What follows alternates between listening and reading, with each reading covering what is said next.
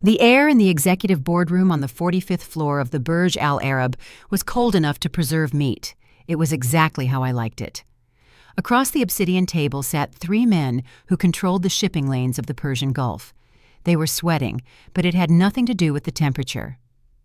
My name is Zara, and I do not lose. I was 34 years old. I was the CEO of Onyx Holdings. I was about to close a merger worth $80 million.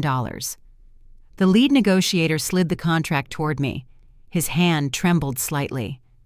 I uncapped my fountain pen, ready to sign my name and seal their fate. That was when my phone vibrated against the marble surface. It was not a call. It was a Priority 1 security alert from a property I was not supposed to be thinking about, the Lake Estate in Atlanta. I apologized smoothly and picked up the device. I tapped the screen. The live feed loaded in high definition. The anger that hit me was not hot. It was absolute zero. On the screen, I saw my brother Tevin.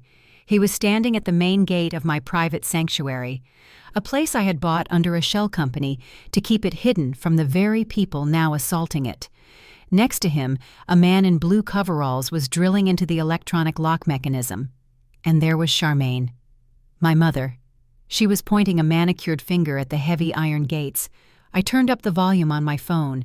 Her voice cut through the speaker, loud and shrill. "Just break it open," she said. "That girl Zara does not know anything. Even if she finds out, she will not do a thing. She is too soft. We need to get the decorators in here by noon. Tevin needs this venue. His wedding is more important than her little vacation house." I stared at the screen. Soft. She called me soft. I was a woman who hunted distressed assets for sport. I was a woman who had clawed her way up from nothing to a penthouse in Dubai. But to Charmaine, I was just the invisible daughter, the bank account, the doormat. I watched Tevin high-five the locksmith as the gate swung open. He walked onto my property with the swagger of a king claiming his throne. He was wearing a suit I knew he could not afford, probably charged to one of the credit cards I thought I had canceled. They were not just borrowing the house. I realized with a sick clarity. They were staging it. They were going to pass off my $5 million estate as Tevin-owned property. They were going to use my success to trap Bianca, that poor rich girl from Buckhead, into marrying a fraud. My thumb hovered over the emergency dial button for the local sheriff. I could have them arrested in 10 minutes. I could watch them being dragged away in handcuffs right now, but that would be too easy. That would be a mercy. They would play the victim. They would say it was a misunderstanding. They would say I was the bitter sister ruining their joy. I lowered my hand. I closed the security app. I dialed a different number. Darius picked up on the first ring. He was my general counsel and the only man I trusted with my life. "Zara," he said. "I see the alert. The police are on standby." "No," I said. My voice was calm, terrifyingly calm. "Stand down, Darius. Do not call the police. Let them in." There was a pause on the line. "Zara, they are breaking and entering." "I know," I replied. "Let them break in. Let them get comfortable. Let them set up the flowers and the lights. Let them invite the guests.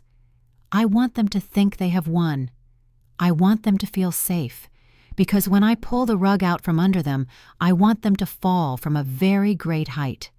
I am booking a flight to Atlanta. I will be there in 14 hours. Prepare the deed and the foreclosure papers. We are going to a wedding." I hung up the phone. I looked back at the men across the table. I signed the $80 million contract without a tremor in my hand. My family wanted a show. I was going to give them a masterpiece. The humidity of Atlanta hit me the moment I stepped out of the terminal. It was a thick and suffocating blanket that smelled of jet fuel and old memories. I had spent the last 14 hours in a first-class cabin drinking vintage champagne, but now I had to shed the skin of the CEO and put on the costume of the failure. I walked past the luxury car rental counter where Onyx Holdings usually kept a black car waiting for me. Instead, I went to the economy lot and rented a beige sedan with a dent in the rear bumper and a stain on the passenger seat that looked suspiciously like coffee. It was the perfect vehicle for the role I was about to play. I drove north toward Lake Lanier. My hands gripped the steering wheel tight enough to turn my knuckles white. This drive used to be my escape. It was the route I took when I needed to breathe, but today it felt like driving into a war zone. When I turned onto the private road leading to my estate, I slammed on the brakes. The heavy iron gates, which I had installed to keep the world out, were wide open. The long, winding driveway was not empty. It was lined with luxury vehicles. There were Bentleys and Mercedes and a few Range Rovers parked on the grass. I paid a landscaping crew $5,000 a month to maintain. I rolled the car forward slowly. A large man in a black security uniform stepped into my path. He held up a hand, his face set in a mask of bored authority. I rolled down the window. The air conditioner in the rental car rattled and died. "Name," he said without looking at me. "Zara," I said. "I am the sister of the groom." He looked down at his clipboard, then looked at my car. He sneered. "I do not have a Zara on the list. Staff parking is around the back service entrance. Deliveries are closed for the day." I stared at him. I was being told to use the service entrance of a $5 million estate I owned by a man who was probably being paid with money stolen from my own bank account. The irony was so sharp it almost drew blood.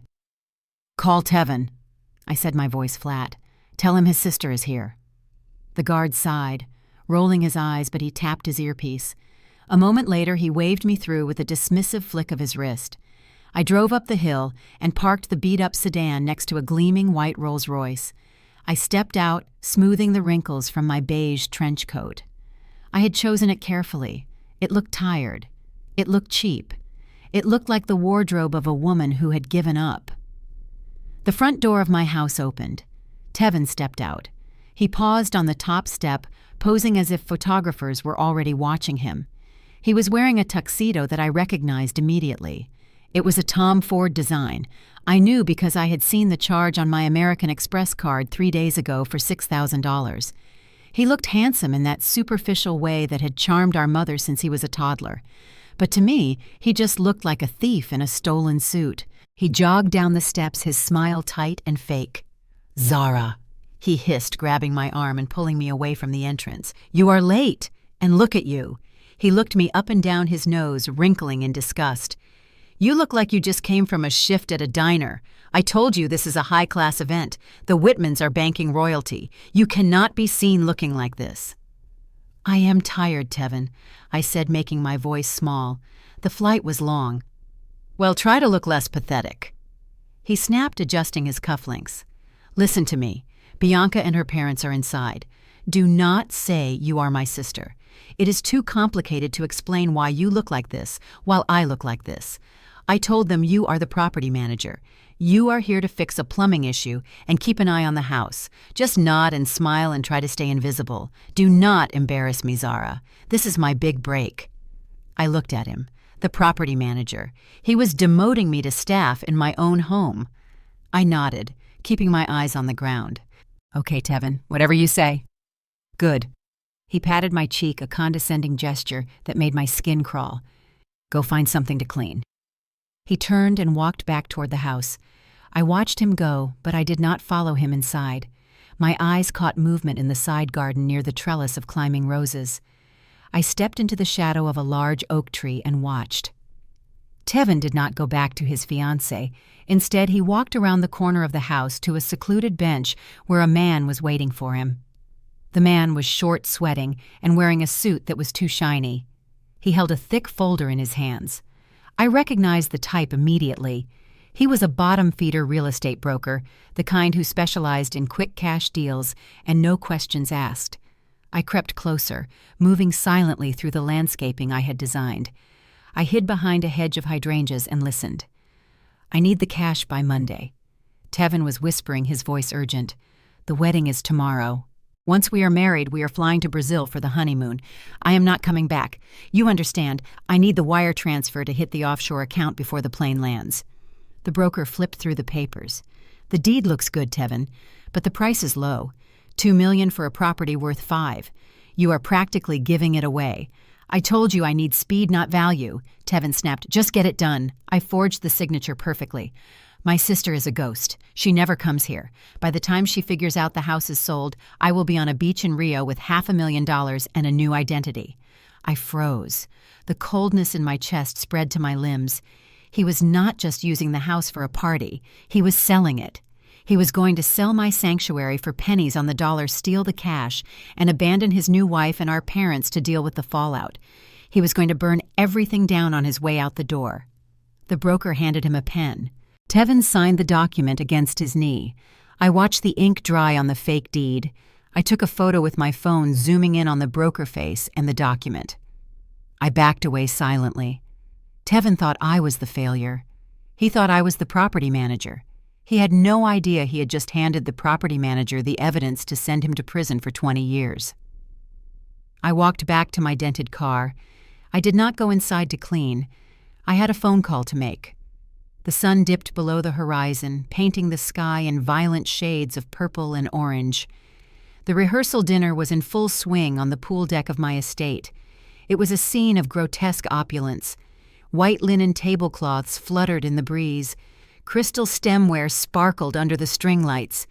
And I was seated at a small folding table near the catering tent next to the wedding photographer and a very sweaty disc jockey.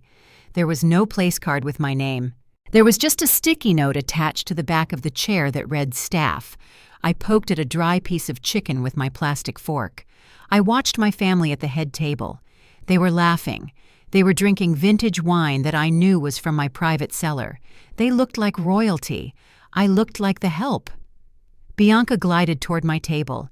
She was wearing a white silk cocktail dress that cost more than the car I had rented. She held a glass of champagne in one hand, and she looked at me with eyes full of pity and disdain. "Oh, Zara," she said, her voice dripping with fake sweetness. "I just wanted to come over and say thank you. The house looks decent. I know Tevin said you were struggling to find work, so we really appreciate you stepping in as the cleaning lady for the weekend." She took a sip of her drink. Her eyes scanned my cheap trench coat. "You know, after the wedding, I might have an opening in my household staff. We need someone to peel potatoes and scrub the pots. It does not pay much, but it is better than living on the street, right? You should think about it." Charmaine appeared at her elbow. My mother laughed a cruel barking sound. "Oh, Bianca, do not waste your breath. Zara does not have the work ethic for a real job. She has always been the failure of the family. Look at her. She is 34 years old, and she is eating with the hired help in her brother's house." It is tragic, really. I did not flinch. I did not scream that this was my house. I simply smiled, a tight, thin smile. "Thank you for the offer, Bianca," I said. "I will keep it in mind." They laughed again and walked away, leaving me in the shadows. I waited until Tevin stood up to give a toast. He was raising his glass, talking about his success and his vision for the future. The guests were captivated. It was the perfect distraction. I slipped away from the table. I walked silently through the French doors and into the cool, air-conditioned hallway. The house was quiet. I moved quickly to the study. This was my sanctuary. It was the room where I had built Onyx Holdings from a laptop and a dream. Now it smelled of cheap cigars and arrogance. Tevin had set up his command center here. His laptop was open on my mahogany desk. He was so confident in his lie that he had not even bothered to lock the screen. I sat down in my leather chair. My fingers flew across the keyboard. I did not need to hack the system. I just needed to look at his recent downloads. I opened a folder labeled Wedding Funds. Inside, there was a single PDF document. I clicked it open. The blood in my veins turned to ice. It was a loan agreement. But it was not from a bank. It was not from a mortgage lender. The header read Kingston Private Capital. I knew that name. Everyone in the Atlanta Underground knew that name.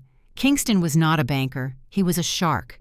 He was a loan shark who wore bespoke suits and broke kneecaps for sport. The document was a high-interest short-term loan for $500,000. The interest rate was predatory. It was 50% weekly, and there it was, the collateral. Tevin had pledged the deed to 124 Lakeview Drive, my house.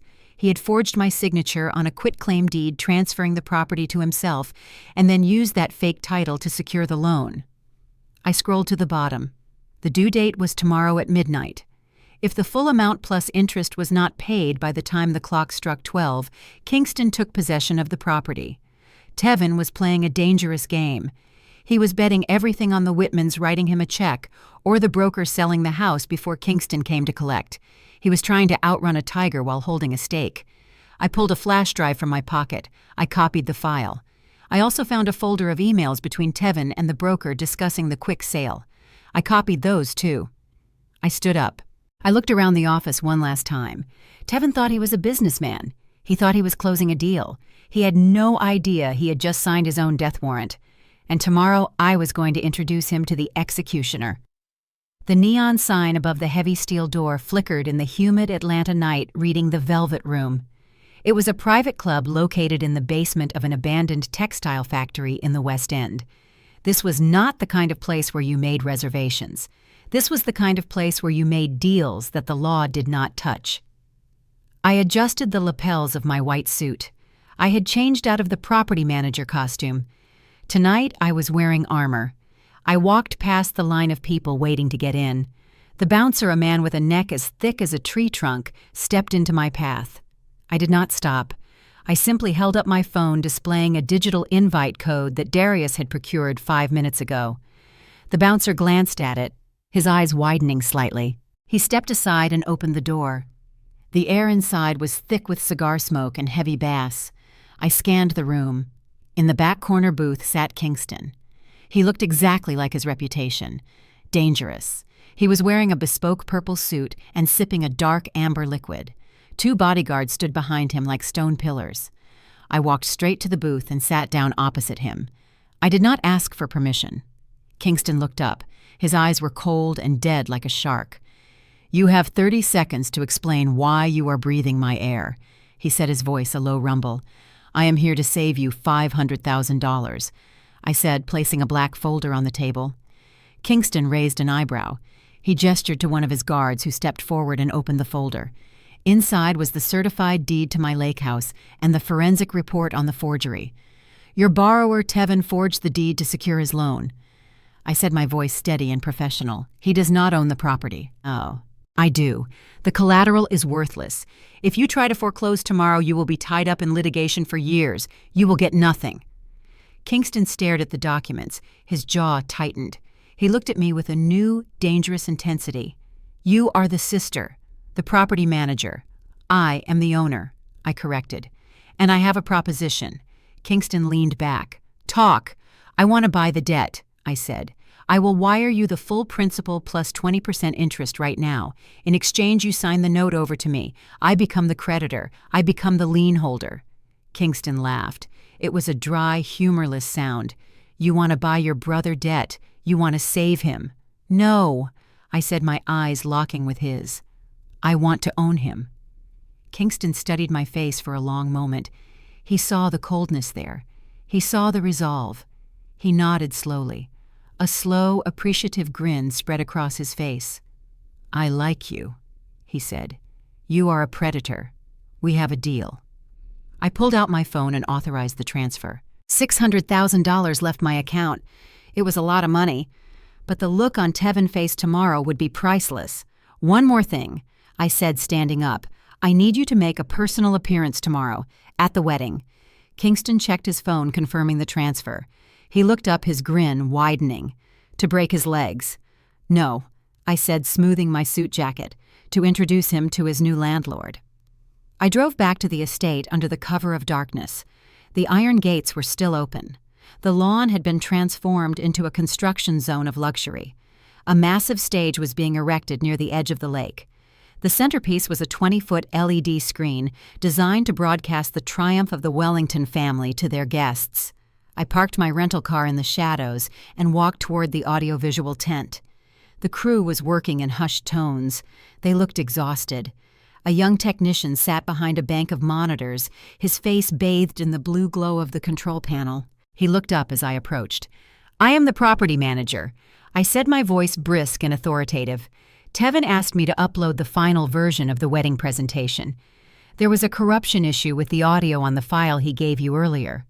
The technician rubbed his eyes. He did not ask for identification. He just looked relieved that someone else was taking responsibility. "Be my guest," he said, sliding the keyboard toward me. "The file is queued up as Love Journey Final."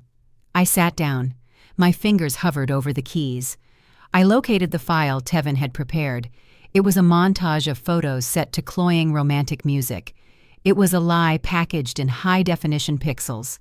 I opened my own flash drive. I had spent the last hour compiling a very different kind of montage. It was a collection of clips harvested from the hidden cameras and microphones installed in every room of my house. I dragged my file into the system. I renamed it to match Tevin original file perfectly. I overwrote the data. The trap was set.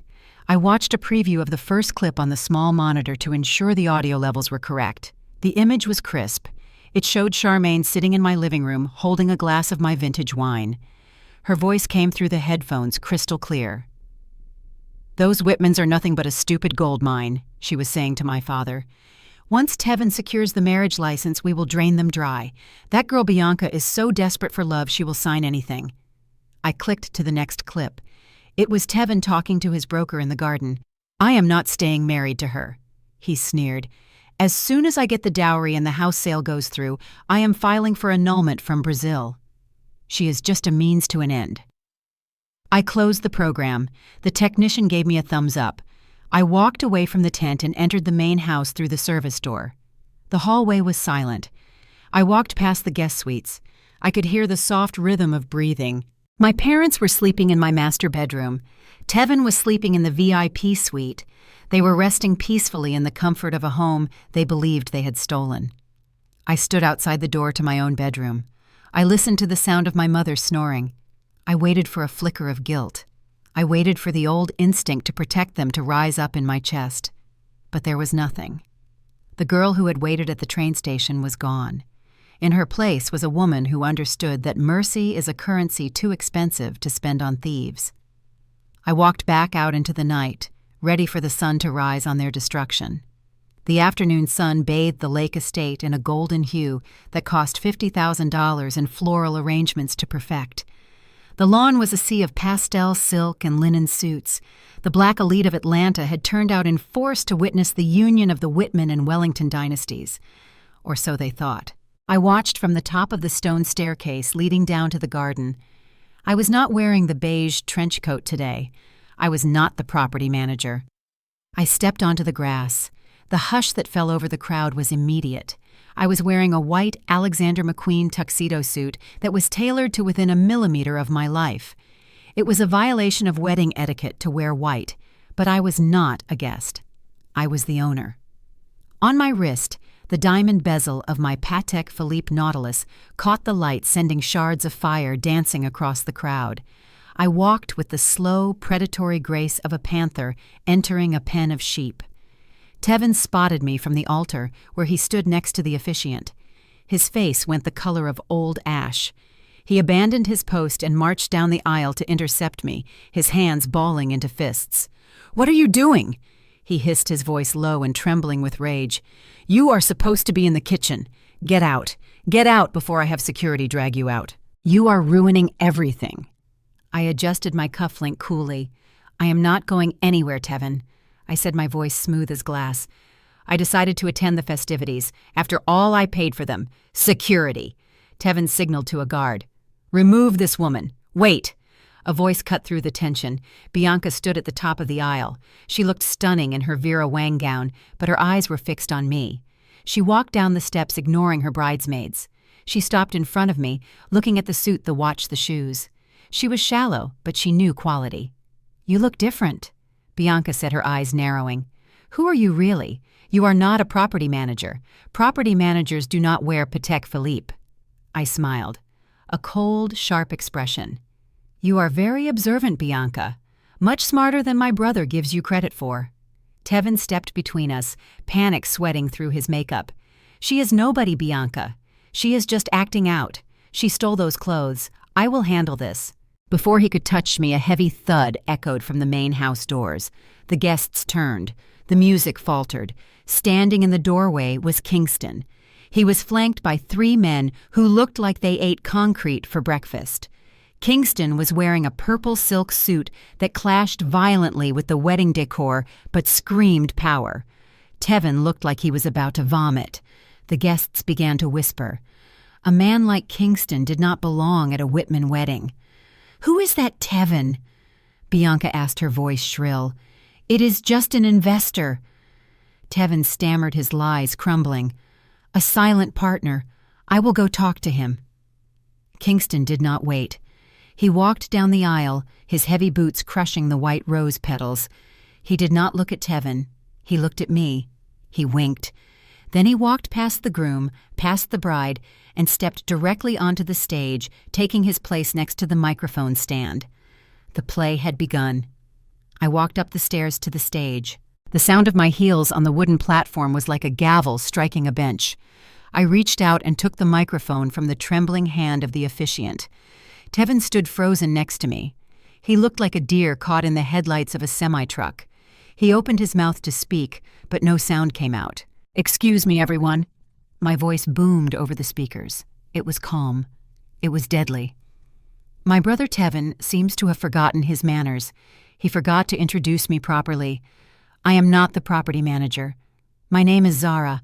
I am the CEO of Onyx Holdings. I am the true owner of this estate. And as of last night, I am also the new holder of the groom debt. A gasp ripped through the crowd like a physical wave. I raised my hand and snapped my fingers. It was the signal. Behind me, the massive LED screen flickered. The image of Tevin and Bianca smiling faded into black. In its place, a high-resolution document appeared. It was the forged deed. Next to it was the loan agreement with Kingston Private Capital. The interest rate of 50% was highlighted in bright red. But that is not all, I said, my eyes locking with Charmaine in the front row. We have a special video tribute from the mother of the groom. The screen changed again. It showed the grainy footage from my living room security camera. Charmaine was sitting on my velvet sofa holding a glass of wine. Her face was twisted in a greedy sneer. The audio played loud and clear, booming across the manicured lawn. "That Bianca is so desperate," Charmaine's voice echoed. "Her mother is just a fat cash cow waiting to be milked. Once we get the money, Tevin can dump the girl, and we will be set for life." The silence that followed was absolute. It was heavy. It was suffocating. Then the dam broke. Mr. Whitman, the father of the bride, turned a shade of purple that looked dangerous. He marched up the stairs onto the stage. He did not say a word. He pulled back his hand and slapped Tevin across the face. The sound was like a whip crack. Tevin stumbled back, clutching his cheek. "You filth!" Mr. Whitman roared. "You come into my house. You lie to my daughter. You try to steal from my family." Charmaine let out a high-pitched shriek. She looked around the crowd, seeing the disgust on every face. She decided to play her last card. She clutched her chest and collapsed to the grass in a theatrical faint. No one moved to help her. Even Lester stepped away from her body, looking down in shame. Bianca stood alone in the aisle. She was shaking violently. She looked at Tevin, then at the screen, then at me. The realization washed over her. She was not a bride. She was a mark. She reached down and grabbed the expensive tulle of her Vera Wang skirt. With a primal scream, she ripped the fabric. It was a violent rejection of the fantasy. She pulled the diamond ring from her finger. It was likely bought with stolen money anyway. She threw it hard. It hit Tevin right in the forehead. "I hate you!" she screamed. "I hate you!" Then the sirens wailed. They grew louder and louder, cutting through the chaos. 4 police cruisers sped up the driveway, lights flashing blue and red. Darius stepped out of the lead car, flanked by heavy officers. He pointed at Tevin. "That is him," Darius said. The officers swarmed the stage. They spun Tevin around and slammed him against the podium. The metal cuffs clicked shut. "Tevin Williams, you are under arrest for forgery, wire fraud, and grand larceny," the officer recited. Tevin began to sob. He looked at Kingston, begging for help. Kingston just laughed. He tipped his hat to me, a gesture of pure professional respect. He had his money. He had seen the show. He turned and walked away, leaving my brother to the mercy of the law. I stood center stage, watching the empire of lies crumble into dust. The last of the police cruisers disappeared down the long driveway, taking my brother to a cell that was far too small for his ego. The guests had scattered like cockroaches exposed to sudden light, leaving behind expensive shoes and half-eaten cake in their panic. My parents stood by the gate. They looked like refugees in their own lives. Charmaine was weeping into her hands. Lester was staring at the ground, his shoulders slumped in defeat. They were waiting for me to fix it. They were waiting for the daughter they had abused to become the savior they needed. I did not walk toward them. I turned to the east side of the lawn where a massive yellow bulldozer had been idling since dawn. The foreman looked at me for the signal. I nodded once, a sharp, decisive motion. The diesel engine roared to life, a mechanical beast waking up to feed. The metal tracks chewed up the manicured grass as it lurched forward. "No!" Charmaine screamed, running toward the machine. "You cannot do this! This is a wedding venue. It is a construction site," I said, my voice cold enough to freeze the humid air. "And I am clearing the debris." The bulldozer blade slammed into the white rose archway. Wood splintered with a sound like breaking bones. The structure collapsed in a heap of white petals and dust. The operator did not stop. He drove straight through the reception tent, flattening tables and chairs under tons of steel. It was violent. It was loud. It was beautiful. I pulled a document from my inside pocket. It was a sale agreement I had signed an hour ago. I walked over to my parents and held it up. "I just sold the land," I said, shouting over the noise of destruction, "to a waste management company. They are going to turn this estate into a sewage treatment facility. I thought it was fitting given the amount of garbage that has been here this weekend." Lester looked at me, his face a mask of horror. "You sold it, but where will we go? We have no money. The bank took the house. Figure it out," I said, using the words he had thrown at me a lifetime ago. My phone buzzed. It was a call from an unknown number, probably Tevin using his one phone call. I declined it. I blocked the number. I blocked Charmaine. I blocked Lester. I severed the digital umbilical cord that had tethered me to their toxicity for 34 years. A sleek black Porsche 911 pulled up to the curb. Darius was behind the wheel. He pushed the passenger door open. I slid into the leather seat, the smell of new car and victory filling my senses. I put on my sunglasses, shielding my eyes from the dust cloud rising from the ruins of the estate. "Drive," I said. Darius hit the gas. The car surged forward, leaving the destruction behind. I watched in the side mirror as my parents became small dots in the distance, standing amidst the rubble of their lies. I did not feel guilt. I did not feel sadness. I felt lighter than air. I had lost a family, but I had found myself. And that was a trade I would make any day of the week. We often cling to toxic family ties because we confuse shared blood with loyalty. But relationships are currency. You must inspect the value they bring to your life. When people show you they are bankrupt of integrity, do not bail them out with your peace of mind. Standing up for yourself isn't betrayal. It's self-preservation. True power isn't just about accumulating wealth. It's about having the courage to cut the dead weight, even if that weight shares your last name. You are the architect of your own worth, and no one gets to live in your house rent-free, especially not disrespect.